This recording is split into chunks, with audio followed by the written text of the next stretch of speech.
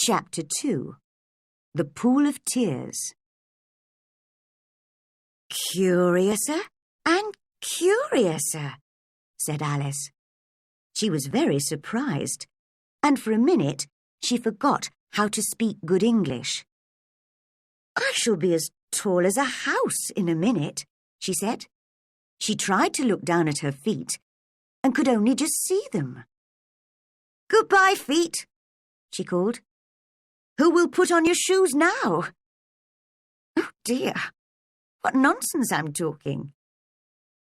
Just then, her head hit the ceiling of the room. She was now about 3 high. Quickly, she took the little gold key from the table and hurried to the garden door. Poor Alice! She lay on the floor and looked into the garden with one eye. She could not even put her head through the door. She began to cry again, and went on crying and crying.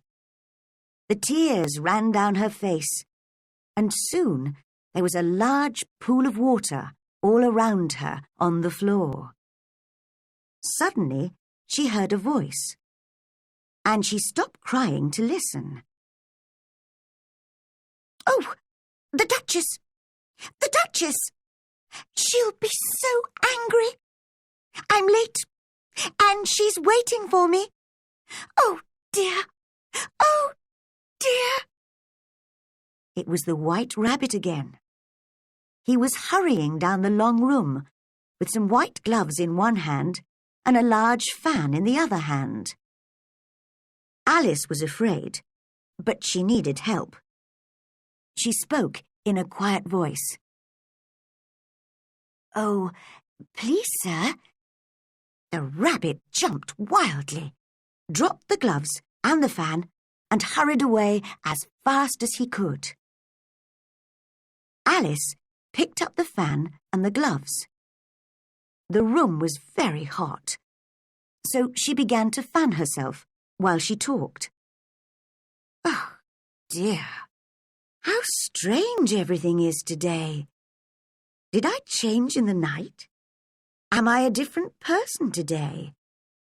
But if I'm a different person, then the next question is, who am I? That's the mystery." She began to feel very unhappy again, but then she looked down at her hand. She was wearing one of the rabbit's white gloves. "How did I get it on my hand?" she thought. "Oh, I'm getting smaller again." She looked round the room.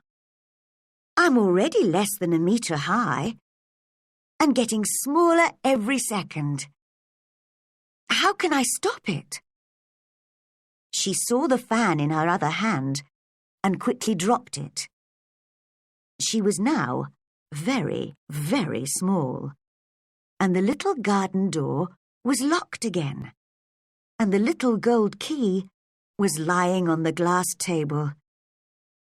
"Things are worse than ever," thought poor Alice. She turned away from the door and fell into salt water right up to her neck. At first, she thought it was the sea, but then she saw it was the pool of tears. Her tears. Crying makes a lot of tears when you are 3 meters tall. "Oh, why did I cry so much?" said Alice. She swam around and looked for a way out, but the pool was very big. Just then, she saw an animal in the water near her. It looked like a large animal to Alice, but it was only a mouse. "Shall I speak to it?" thought Alice. "Everything's very strange down here, so perhaps a mouse can talk." So she began.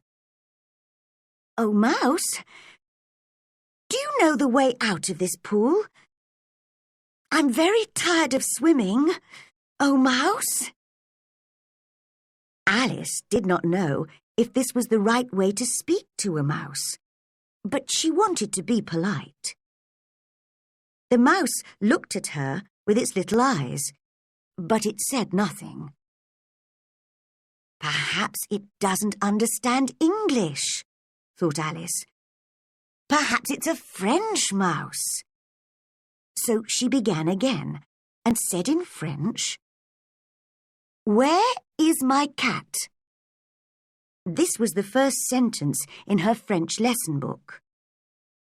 The mouse jumped half out of the water and looked at her angrily. "Oh, I'm so sorry," cried Alice quickly. "Of course, you don't like cats, do you?" "Like cats?" cried the mouse in a high, angry voice. "Does any mouse like cats?" "Well, perhaps not," Alice began kindly. But the mouse was now swimming quickly away, and soon Alice was alone again. At last, she found her way out of the pool and sat down on the ground. She felt very lonely and unhappy. But after a while, the White Rabbit came past again, looking for his white gloves and his fan. The Duchess! Oh, my ears and whiskers! She'll cut my head off. I know she will. Oh, where did I drop my gloves? Then he saw Alice. "Why, Mary Ann, what are you doing here? Run home at once and bring me some gloves and a fan. Quick now!" Alice hurried away. But where is his house? She thought while she ran. Strangely, she was no longer in the long room with the little door, but outside in a wood.